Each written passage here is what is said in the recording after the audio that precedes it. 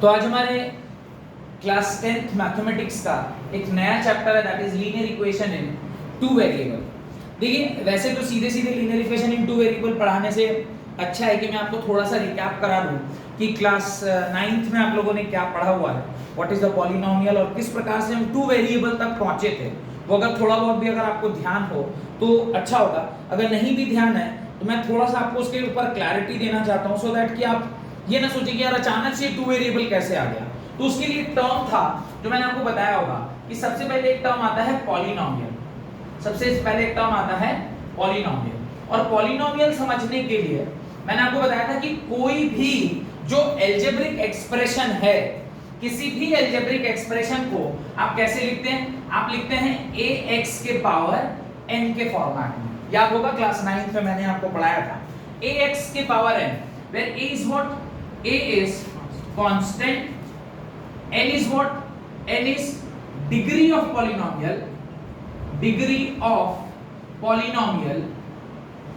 इसी को हम लोग एक आध नाम और जानते हैं, that is power, या इसी को आप क्या बोलते हैं, एक्सपोनेंट। इसी को आप क्या बोलते हैं, एक्सपोनेंट। इस प्रकार से ये आपको बता था, और ये जो x होता है इसको क्या बोलते हैं, वेरिएबल बोलते हैं। ये मैंने आपको बताया होगा।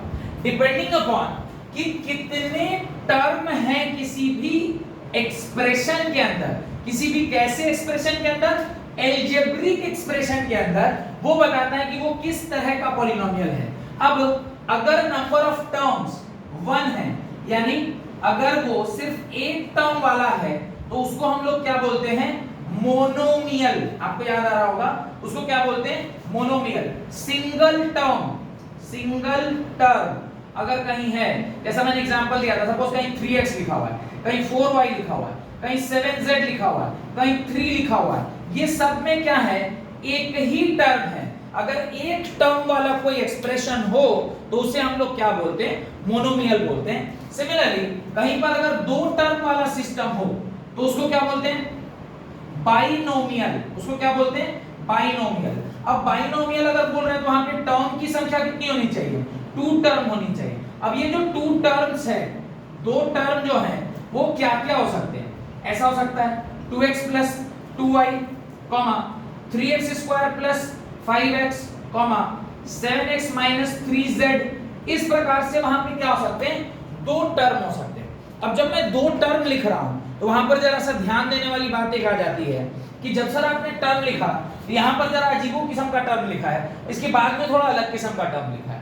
तो विल डिस्कस अबाउट दिस कि थोड़ा आगे चल के कि कब ऐसा लिखते हैं और कब ऐसा लिखते हैं, इन दोनों में बेसिकली क्या डिफरेंस है। लेकिन जब 2 से ज्यादा टर्म वाले एक्सप्रेशन होते हैं तो उसको क्या बोलते हैं, पॉलिनोमियल। उसको क्या बोलते हैं, पॉलिनोमियल। पॉली मींस मेनी, 2 से ज्यादा जब हो जाता है तो उसको क्या बोलते हैं, पॉलिनोमियल। मेनी टर्म्स, जहां पर 2 से ज्यादा टर्म हो तो उसे मेनी टर्म्स वाला एक्सप्रेशन बोलते हैं। जैसे 4x plus 7y minus 3z, ये पॉलिनोमियल है। 3x cube plus 4x square minus 3x plus 5, ये एक पॉलिनोमियल है। 7x square plus 2x minus 7 या minus 9, इस तरह से अगर कुछ लिखा हुआ है तो ये भी क्या है, एक पॉलिनोमियल है। यानी पॉलिनोमियल का क्या मतलब होता है ये मुझे समझ में आ गया। पॉलिनोमियल का मतलब है नंबर ऑफ टर्म्स रिलेटेड। लेकिन जब कभी भी आप अलजेब्रिक एक्सप्रेशन लिख रहे हैं तो कांस्टेंट क्या आएगा, जो वेरिएबल के सामने लिखा है वो क्या है, कांस्टेंट है। अच्छा यहां पे जरूरी नहीं मैं ऐसा लिखूं, मैं ऐसा भी तो लिख सकता था 2x स्क्वायर या 3x स्क्वायर, ये भी तो एक पॉलिनोमियल ही, मतलब ये भी तो एक मोनोमियल ही है। लेकिन इन सब के पावर कितना है, 1 है, लेकिन इसका पावर कितना है, 2 है। कहीं पे मैं लिख देता हूं 5x क्यूब, इनके पावर कितना हो गया, 3 हो गया। तो ये भी मोनोमियल है, लेकिन मोनोमियल के साथ साथ ये एक क्यूबिक एक्सप्रेशन है। यानी जब n की वैल्यू यानी डिग्री ऑफ पॉलिनोमियल बदलता है तो फिर वो एक्सप्रेशन भी, अलजेब्रिक एक्सप्रेशन भी क्या हो जाता है, बदलता चला जाता है। उसको समझने के लिए मैं n के लिए एक अलग चार्ट बना रहा हूं। तो ये मेरे ख्याल से आपको समझ में आ गया होगा। ये आप अपनी कॉपी में वैसे लिखा हुआ है, आप लोग क्लास जब आपने 9th में पढ़ा था तो आपने ये सब लिखा हुआ है, तो इसको और बहुत ज्यादा डिटेल में लिखने की आवश्यकता नहीं है। अब जो मैं लिखवाना चाह रहा हूं उसको जरा ध्यान से देखिए। ये जो मैं लिखा रहा हूं इसको समझिए। मेरे ख्याल से मोनोमियल, पॉलिनोमियल और बाइनोमियल क्या होता है ये आपको समझ में आ गया। अब नेक्स्ट हेडिंग में मैं डाल रहा हूं क्या है, degree of polynomial, degree of polynomial. अब देखिए डिग्री ऑफ पॉलिनोमियल क्या होता है, जब आप n की वैल्यू 1 लेते हैं तब जो एक्सप्रेशन आता है उसको क्या बोलते हैं, लीनियर एक्सप्रेशन। उस एक्सप्रेशन को आप क्या बोलते हैं, लीनियर एक्सप्रेशन। इसमें आप 3x के पावर 1, 5y के पावर 1, 7z के पावर 1, 3 और जितने भी ऐसे टर्म हो सकते हैं जहां पे वेरिएबल के पावर क्या है, 1 है, उसको आप लीनियर एक्सप्रेशन बोलते हैं। जब n की वैल्यू 2 होती है उसे आप क्या बोलते हैं, quadratic expression.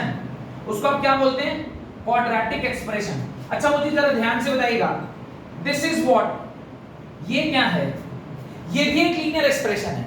Why this is also one of the linear expression, because इसका भी पावर क्या है, 1 है और इसका भी पावर क्या है, 1 है। पर ये एक बाइनोमियल है, यानी अगर मैं इसे पढ़ूंगा तो मैं कैसे पढ़ूंगा, it is a linear expression in two variable having two terms. यानी एक बाइनोमियल एक्सप्रेशन है जिसके अंदर binomial linear expression having two variable. इसका पूरा अगर इसका डिस्क्रिप्शन मेरे को देना है तो मैं क्या लिखूंगा, it is a binomial linear expression having two variable. इसके बारे में लिखिए, क्या लिखेंगे, it is a monomial linear expression having one variable. ये बात समझ में आ गई। क्वाड्रेटिक एक्सप्रेशन, क्वाड्रेटिक ऑलरेडी हम लोगों ने पढ़ रखा है। क्वाड्रेटिक मतलब हाईएस्ट डिग्री क्या होना चाहिए, हाईएस्ट डिग्री क्या होना चाहिए, 2 होना चाहिए। कहीं पे अगर 7x² - 1 लिखा है, 3y² + 5 लिखा है, ये सारे के सारे क्या हैं, these all are quadratic equation because इसमें हाईएस्ट पावर कितना है, 2 है। हाईएस्ट पावर कितना है, 2। अच्छा ये देखिए 3x² + 4y², this is also a polynomial, this is a binomial। पर किस तरह का binomial, binomial quadratic expression having how many variable, 2 variable. तो ये 2 वेरिएबल वाला है, लेकिन ये लीनियर एक्सप्रेशन 2 वेरिएबल वाला है, ये क्वाड्रेटिक एक्सप्रेशन 2 वेरिएबल वाला है। अब जरा आगे बढ़ते हैं, कभी 3 आ जाए, इनकी वैल्यू 3 हो जाए तो आप क्या बोलोगे, it is called as cubic expression. उसको क्या बोलते हैं, क्यूबिक एक्सप्रेशन बोलते हैं। क्यूबिक एक्सप्रेशन का एग्जांपल 3x3, 3x3 + 5y3, आप ये भी लिख सकते हो 7x3 + 7x² - 5x + 4। ये सारे अलग अलग हैं, लेकिन हाईएस्ट पावर सबका कितना दिया हुआ है, 3।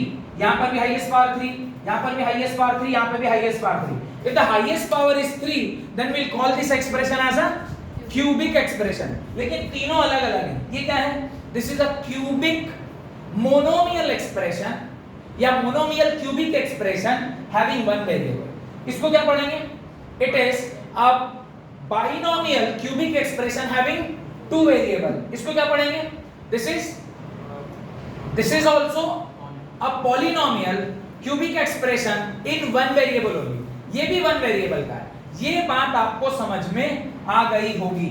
अगला देखिए नंबर 4 n = 4 चेक करो, जिसका नाम है बाई क्वाड्रेटिक। इसको क्या बोलते हैं, बाई क्वाड्रेटिक बोलते हैं। बाई क्वाड्रेटिक क्या होता है, by quadratic expression, by quadratic expression का मतलब होता है n की वैल्यू क्या है, 4 है। जैसे 4x के पावर 4, 3x के power 4 - 7x² + 2, this is 3x के पावर 4 + 5y के पावर 4। जब हाईएस्ट पावर 4 हो तब उसे क्या बोलते हैं, बाई क्वाड्रेटिक बोलते हैं। लेकिन हमारा आज का हेडिंग क्या है, एक तो लीनियर वर्ड, यानी हमें n = 2 नहीं पढ़ना है, n = 3 नहीं पढ़ना है, n = 4 नहीं पढ़ना है। हमें क्या पढ़ना है, n = 1 पढ़ना है। अच्छा कितने वेरिएबल वाला पढ़ना है, 2 वेरिएबल वाला। ये सारा का सारा सिंगल वेरिएबल है। ये कितने वेरिएबल वाला है, 2 वेरिएबल वाला। तो हमें ये वाला पढ़ना है, प्लस हमें एक्सप्रेशन नहीं पढ़ना है, हमें इक्वेशन पढ़ना है। There is a difference between expression and equation. When this algebraic expression is equated to any number और जीरो, आप इसकी जगह कुछ कांस्टेंट से आप इसको क्या कर दीजिए, इक्वेट कर दीजिए, तो same algebraic expression converts itself into algebraic equation. Equation word ही इक्वल टू से बना हुआ है। तो इस प्रकार से हमारी जो पूरी पढ़ाई है वो पॉलिनोमियल में बाइनोमियल के ऊपर पढ़ना है। Binomial means there should be two expression, something plus something और समथिंग माइनस समथिंग, जो भी होगा, और कुछ और भी हो भी सकता है, ऐसा नहीं कि नहीं हो सकता, पर वेरिएबल कितना होना चाहिए? 2 ही होना चाहिए, और जो पावर होने चाहिए वो क्या होने चाहिए? 1। तो हमारा जो हेडिंग है pair of linear equation in 2 variable या फिर लीनियर इक्वेशन इन 2 वेरिएबल, उसका पहले आप डेफिनेशन लिखें, right. A pair of linear equation in 2 variable, a pair of linear equation in 2 variable is said to form a system of simultaneous linear equation, is said to form a simultaneous linear equation, is said to form a system of simultaneous linear equation। अब देखिए वहां पे एक नया word आ गया, simultaneous linear equation। simultaneous linear equation, as there are how many variables? 2 variables, in order to get the solution we require 2 equations। मैंने आपसे कहा होगा जितने नंबर ऑफ वेरिएबल होते हैं उतना ही इक्वेशन अगर आपने बना लिया तो आपका सॉल्यूशन आ जाएगा। अगर 2 वेरिएबल है 2 इक्वेशन तो आपका सॉल्यूशन आ जाएगा। क्योंकि यहाँ पे वेरिएबल्स की संख्या 2 है तो आपको जो सॉल्व करने के लिए चाहिए वो कितने इक्वेशन चाहिए? 2 equation. So we require simultaneous linear equation. मुझे कितने चाहिए? एक साथ 2 इक्वेशन चाहिए। 2 इक्वेशन होंगे तो उनको आपस में सॉल्व करके मैं आपको सॉल्यूशन निकाल पाऊंगा। पहली बात। दूसरी बात, जब कभी भी आप लीनियर इक्वेशन की बात कर रहे हैं, degree 1, degree of polynomial 1, number of variable 2, and वो बाइनोमियल भी हो सकता है, ट्राइनोमियल भी हो सकता है और पॉलिनोमियल भी हो सकता है। ये लिखिए, फुल स्टॉप देके लिखिए, the linear equation in 2 variable contains the degree of polynomial as 1, the linear equation in 2 variable contains the degree of polynomial as 1, degree of polynomial n is equal to 1, number of variables is equal to 2, number of variables is equal to 2, and it is a polynomial, it is a polynomial। तो ये 3 बातें जहां कहीं भी होंगी वहां मेरा काम चल जाएगा। अब ध्यान से देखिए, किसी भी साइमल्टेनियस लीनियर इक्वेशन को हम कैसे रिप्रेजेंट करते हैं, ये मैं उसका जनरल फॉर्मूला लिख रहा हूं, जनरल एक्सप्रेशन लिख रहा हूं। जनरल एक्सप्रेशन कैसे लिखा जाता है, ध्यान से देखिए, a1x plus b1y plus c1 is equal to 0 और a2x plus b2y plus c2 is equal to 0, where a1, b1, c1, a2, b2, c2 are the coefficient of variables x and y, xy and constant respectively, and constants respectively। एक example मैं आपको देता हूं इसका, जहां पर आप इस प्रकार से देख सकते हैं कि क्या लिखा हुआ है, 3x plus 4y is equal to -5 and 2x minus 7y is equal to +3। Suppose ये 2 इक्वेशन लिखा हुआ, मुझे इसको सबसे पहले क्या करना चाहिए? जनरल फॉर्म में कन्वर्ट करना चाहिए। In order to convert it in general form मैं इसे ऐसा लिखूंगा और इसे is equal to 0। Similarly this will be written as 2x plus of -7y -3 is equal to 0। और अब मैं इस दोनों इक्वेशन को जब अपने ओरिजिनल इक्वेशन से कंपेयर करूंगा तो मुझे a1 की वैल्यू 3 दिखाई दे रही है, b1 की वैल्यू 4 दिखाई दे रही है और c1 की वैल्यू 5 दिखाई दे रही है। whereas a2 की वैल्यू मुझे 2 दिखाई दे रही है, b2 की वैल्यू मुझे -7 दिखाई दे रही है और c2 की वैल्यू मुझे -3 दिखाई दे रही है। क्या आप लोगों को भी यही दिखाई दे रहा है जो मुझे दिखाई दे रहा है? करेक्ट। तो इस प्रकार से किसी भी एक्सप्रेशन को पहले मुझे क्या कर लेना चाहिए, स्टैंडर्ड फॉर्म में कन्वर्ट कर लेना चाहिए in order to find the solution, in order to find the solution. कोई दिक्कत? यहां तक कोई दिक्कत है तो बताइए। नहीं? नेक्स्ट हेडिंग डाली मैंने, सब हेडिंग लिखे, solution of the system of linear equation, solution of the system of linear equation. अब सॉल्यूशन अगर मुझे किसी सिस्टम ऑफ लीनियर इक्वेशन का निकालना है, किसी भी लीनियर इक्वेशन का अगर मुझे सॉल्यूशन निकालना है, तो क्या होता है उसका सॉल्यूशन? ऐसी वैल्यू x और y की, वो वैल्यू x और y की जिस पे दोनों के दोनों इक्वेशन क्या हो जाए, सेटिस्फाई हो। जैसे एक छोटा सा पहले एग्जांपल दे देता हूं, बाद में मैं इसे सॉल्व करके दिखाऊंगा। 2x plus 5y is equal to 30, और सेकेंड इक्वेशन लिख रहा हूं मैं, सेकेंड इक्वेशन लिख रहा हूं 4x प्लस, अच्छा रुकिए अपने बुद्धि से लिखना होगा, x कितना होगा,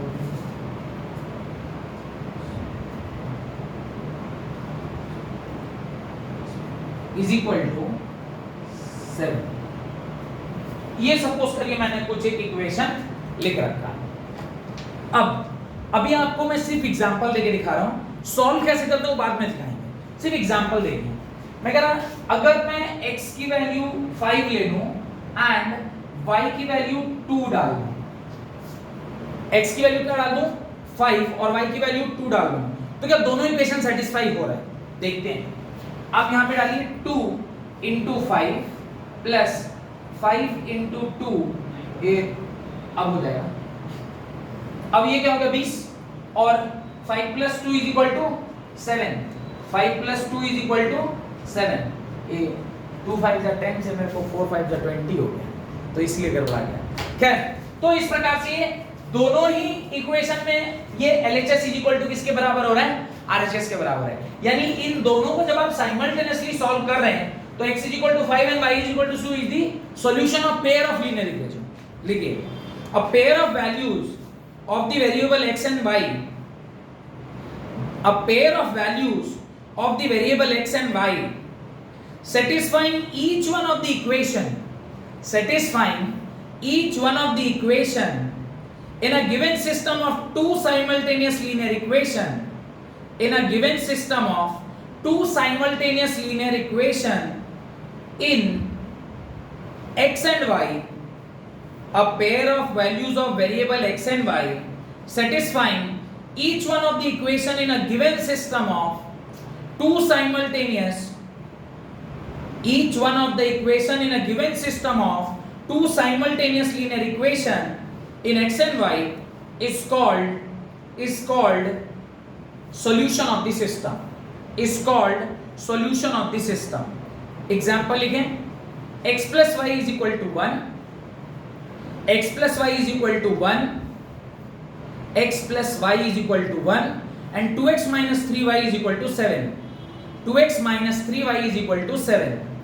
आप वहां पे x की वैल्यू 2 डालें और y की वैल्यू -1, x की वैल्यू 2 एंड y की वैल्यू -1। चेक करिए कि ये दोनों इसके सॉल्यूशन हैं कि नहीं है। कैसे चेक करते हैं मैंने ऑलरेडी आपको बता रखा है। जब दोनों ही लीनियर इक्वेशन में, linear equation in two variable में आप उस वैल्यूज को पुट करेंगे और दोनों ही इक्वेशन सेटिस्फाई कर जाए, तो इसका मतलब क्या होता है कि आपने जो वैल्यूज लिखी हैं वो दोनों क्या है, 100% उसके सॉल्यूशन है। तो इस प्रकार से जब आप किसी भी इक्वेशन में वैल्यू को पुट करते हैं और LHS RHS के बराबर आ जाता है तो आप कहते हैं कि ये इसका सॉल्यूशन है, और अगर LHS RHS किसी एक में भी बराबर नहीं आया तो आप बोलते हैं इसका सॉल्यूशन नहीं है। तो इसमें जब आपने चेक किया होगा तो दोनों ही केस में LHS RHS के बराबर आया होगा, तो आप कहेंगे हाँ ये जो पर्टिकुलर वैल्यू x और y की है ये इस दोनों इक्वेशन को चूंकि सेटिस्फाई कर रही है इसलिए ये उसका सॉल्यूशन है।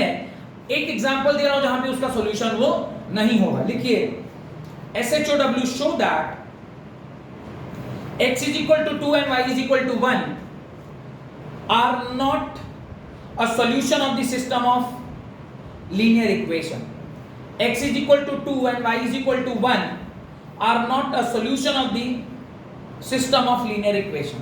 Equation लिखिए 2x plus 7y is equal to 11, 2x plus 7y is equal to 11 and x minus 3y is equal to 5. x minus 3y is equal to 5. x minus 3y is equal to 5. Got it? चलिए जरा solve करके दिखाइए और बताइए कि ये दोनों के वेरिएबल, ये दोनों जो x और y की वैल्यू दी गई है, ये उसका सॉल्यूशन है कि नहीं है। अगर दोनों में LHS RHS के बराबर आ जाए तो आप बोलेंगे हाँ ये इसका सॉल्यूशन है, और अगर दोनों में LHS RHS एक दूसरे के बराबर नहीं आया तो आप कहेंगे इसका सॉल्यूशन नहीं है। और जैसा कि आप लोग सर हिला रहे हैं उसे मुझे पता चल रहा है कि ये दोनों सॉल्यूशन नहीं होंगे। जब कभी भी किसी दो linear equation, system of linear equation का एक भी ऐसा पेयर आप ढूंढ लिए, मिनिमम एक से ज्यादा भी हो सकते हैं, पर मिनिमम एक अगर आप ढूंढ लिए तो आप बोलेंगे दोनों इक्वेशन कंसिस्टेंट है। क्या बोलेंगे इसको? These two equations are in consistent with each other. लेकिन अगर आप उसका एक भी सॉल्यूशन नहीं ढूंढ पाए तो आप क्या लिखेंगे? ये इनकंसिस्टेंट सिस्टम है, इसका एक भी सॉल्यूशन नहीं है। लिखिए उसके नीचे कंसिस्टेंट सिस्टम। कंसिस्टेंट सिस्टम सवाल पूछने का तरीका है, आपसे पूछेगा prove that whether this system of linear equation are consistent और नॉट। आपको क्या करना होगा? उसका सॉल्यूशन दिखाना होगा। अगर है तो कंसिस्टेंट, अगर नहीं है तो इनकंसिस्टेंट। लिखिए consistent system, a system of linear equation is said to be consistent. A system of linear equation is said to be consistent if it has at least one solution. If it has at least one solution. कम से कम एक solution तो होना ही चाहिए। कम से कम एक solution तो होना ही चाहिए, तभी आप उसको क्या बोलते हैं? Consistent solution. जब आप कंसिस्टेंट सॉल्यूशन का कॉन्सेप्ट देख रहे हैं तो उसके नीचे मैं कंसिस्टेंट सॉल्यूशन का ग्राफ भी दिखा देता हूं कि सपोज करिए ये कोई लाइन 1 थी, दिस इज योर L1, और दूसरी कोई लाइन ये है दैट इज L2। एक सॉल्यूशन मतलब वो एक जगह आपस में क्या हो रही है? कट कर रही है। इसका जो कोऑर्डिनेट होगा x, y, ये मिनिमम एक बार क्या कर रहा है? कट कर रहा है। तो इसको मैं बोलूंगा कंसिस्टेंट सिस्टम। एटलीस्ट एक बार ये क्या कर रहा है? एक सॉल्यूशन दे रहा है। मैं एक और एग्जांपल देता हूं जहां पर आपको कंसिस्टेंट सिस्टम मिलेगा। ये एक लाइन है, this is one of the line जिसको मैं L1 बोल रहा हूं, और इसी पर एक और लाइन है, दूसरी लाइन भी इसी पर है, दूसरी लाइन भी इसी पर है, इसी पर क्या है? L2 भी है। दूसरी लाइन को दूसरे रंग से बनाते हैं सो दैट कि आपको पता चले इसी के ऊपर दूसरी लाइन भी गई हुई है। यहाँ पर दो लाइन है, एक रेड लाइन और दूसरी ब्लू लाइन, दोनों इसी पर अगर ओवरलैपिंग है, ओवरलैपिंग लाइंस का मतलब होता है there are infinite number of solution. There are infinite, उसने क्या बोला? कंसिस्टेंट होने के लिए मिनिमम कितना होना चाहिए? एक। मिनिमम एक, कितना हो सकता है उसका गारंटी नहीं है। तो ये भी एक कंसिस्टेंट सिस्टम है जहां पर दोनों क्या हो रहे हैं आपस में? दिस यहां पे सिंगल पॉइंट इंटरसेक्शन, अगर इंटरसेक्ट हुआ, इंटरसेक्ट किया दोनों लाइन, L1 इंटरसेक्ट L2, दोनों आपस में क्या कर रहे हैं? इंटरसेक्ट हो रहे हैं, तो सिंगल सॉल्यूशन, तो सिंगल सॉल्यूशन, और वो कंसिस्टेंट हुआ। अगर L1 और L2 आर ओवरलैपिंग, क्या है? ओवरलैपिंग है। ओवरलैपिंग हुए अगर L1 और L2 तो मैं क्या बोलूंगा? Infinite number of solution, infinite solution. और इसको भी क्या बोलेंगे? Consistent system.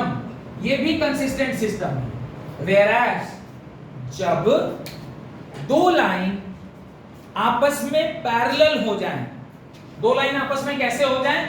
पैरेलल हो जाएं। मैं यहां पर बना रहा हूं, अच्छा चलिए यहां बना देता हूं, इधर बना देता हूं। दो लाइन आपस में कैसे हो जाएं? पैरेलल हो जाएं।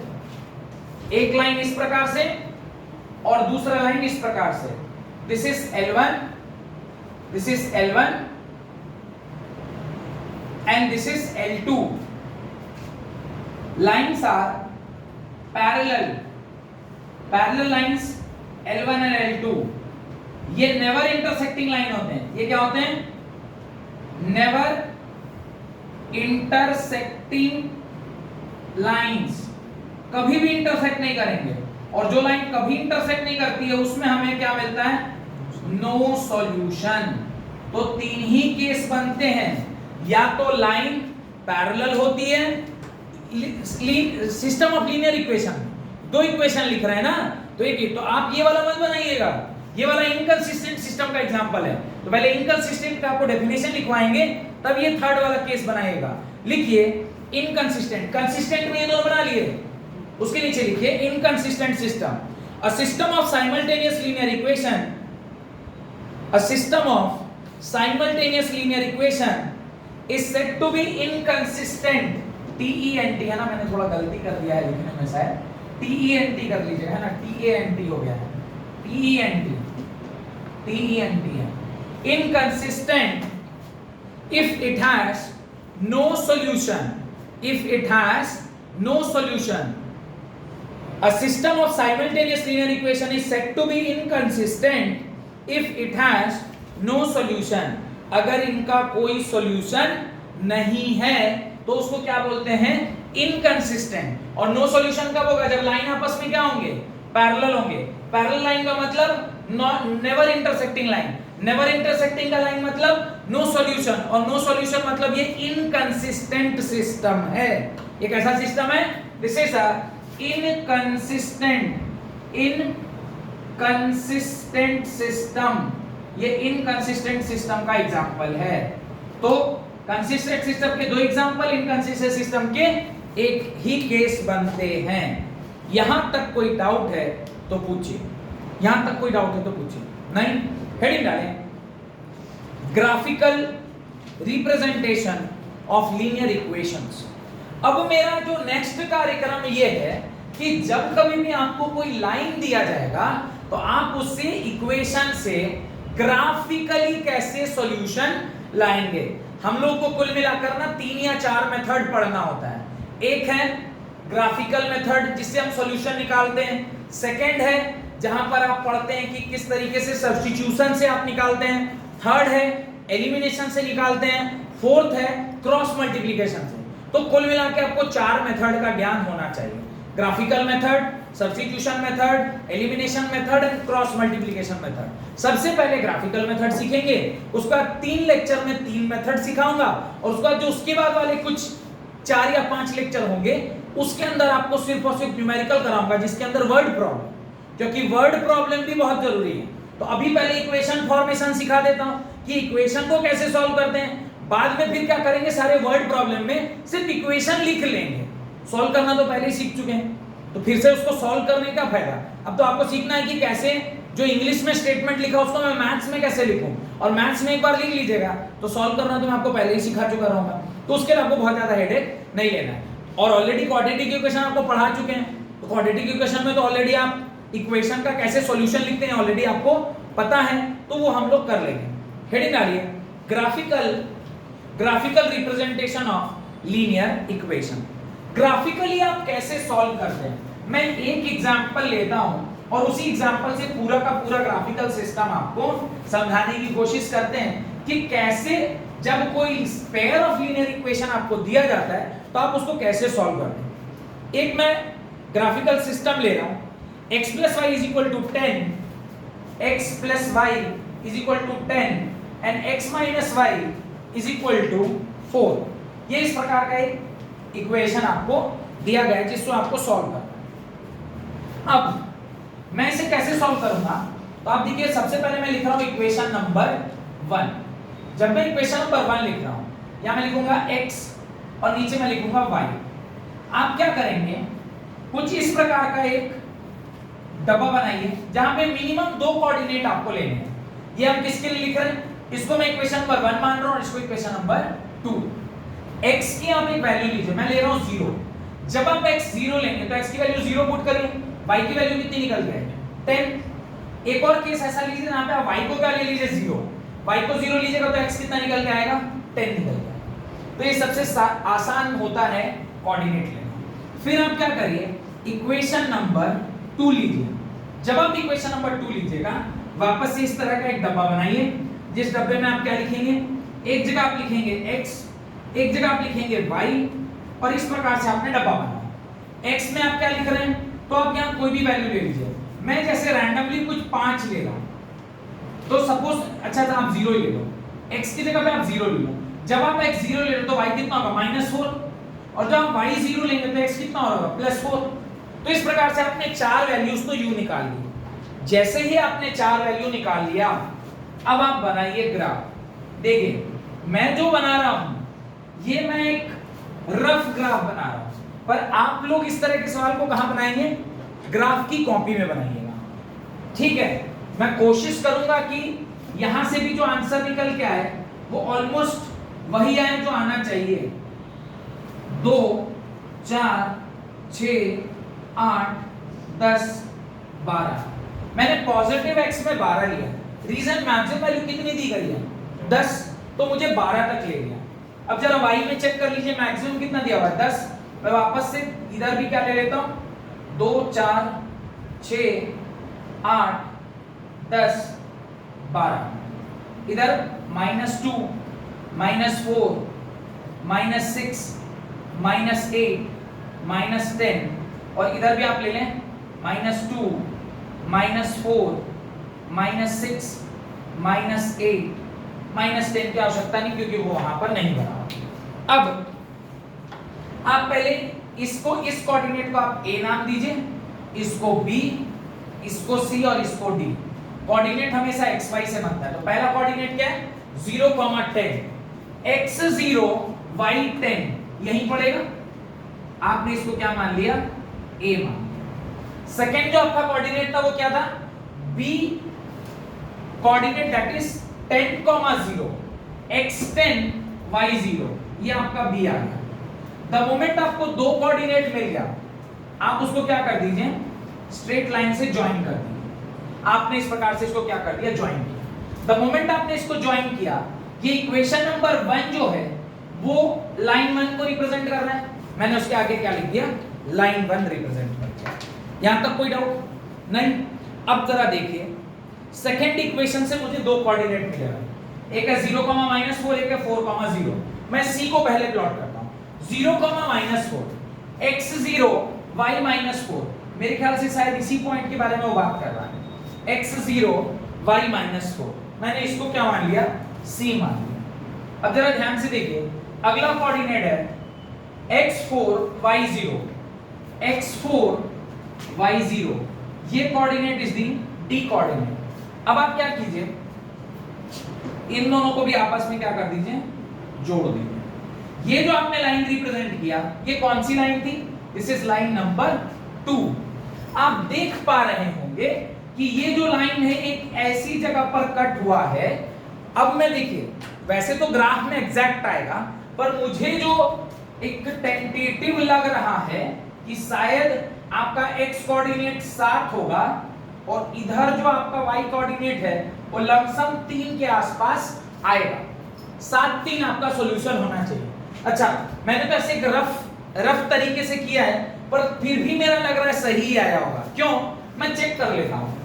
7 + 3 = और 7 - 3 = 4। तो जो सॉल्यूशन आया है मेरे को लग रहा है कि क्या है, करेक्ट आया है यहाँ पे। तो मैं तो ऐसे एक टेंटेटिव ग्राफ पर बनाया हूं, आप लोगों को इसको किस में बनाना है, वो जो ग्राफिकल पेपर जो आता है, समझ में आ रहा है। अच्छा, इससे रिलेटेड आपसे क्या क्या सवाल पूछा जा सकता है, आपसे पूछा जाता है find the solution of the equation. Solution will be 7, 3। Are this equation inconsistent और नॉट कंसिस्टेंट, बोलेंगे इट इज इनकंसिस्टेंट, ये कंसिस्टेंट है। ये कितना नंबर ऑफ सॉल्यूशन देगा, एक, इनफाइनाइट कि नो सॉल्यूशन, एक सॉल्यूशन देगा। ये सारा कॉन्सेप्ट आपको समझ में आ रहा है। यानी कोई भी दो इक्वेशन जो दिया गया है उसको आप इस तरह लिखिएगा, दोनों के 4 कोऑर्डिनेट निकालिएगा, चारों कोऑर्डिनेट को लाने के बाद इस प्रकार से उसको प्रेजेंट कीजिएगा, और जो भी जहां कटम फुटी बने, 3 ही केस बनेगा, या तो कटेगा, या ओवरलैप करेगा, या पैरेलल लाइन होगा। इसके अलावा तो कुछ नहीं हो सकता। या तो पैरेलल होगा, नहीं तो ओवरलैप करेगा, और नहीं तो कटेगा।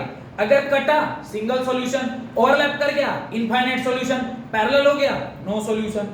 3 केस के अलावा चौथा केस कुछ बन ही नहीं सकता है। एक सवाल, 3 सवाल आप घर से लेके जाइए, अगली क्लास में उसको सॉल्व करके लाइएगा, पर किस में लेके आइएगा, ग्राफिकल पेपर में। 3 क्वेश्चन 3 टाइप का दे रहा हूं, मेरे पास तो सॉल्यूशन है तो मैं आपको तीनों टाइप का दे रहा हूं। एक में वो कटेगा, एक में वो पैरेलल होगा, एक में वो ओवरलैप होगा। तीनों एग्जांपल लिखिए। पहला लिखिए 3x plus 6y, 3x plus 6y is equal to 3900, 3x plus 6y is equal to 3900 and x plus 3y is equal to 1300, x plus 3y is equal to 1300. This is equation number 1. Write number 2. Write number 2. 2x plus 3y is equal to 9, 2x plus 3y is equal to 9, 4x plus 6y is equal to 18, 4x plus 6y is equal to 18. This is number 2. And third लिखिए x plus 2y is equal to 4, x plus 2y is equal to 4 and 2x plus 2y is equal to 12, 2x plus 2y is equal to 12. तीनों को आपको क्या करना है, solve करके अगली class में ग्राफ पेपर पर लेकर आना है। अगली क्लास में इसके आगे फिर मैं आपको अलग अलग मेथड सिखाऊंगा कि कैसे और तरीके से आप solution of the simultaneous linear equation निकालते हैं। होप कि आज की क्लास आपको समझ में आएगी। बहुत बहुत धन्यवाद आज की क्लास अटेंड करने के लिए।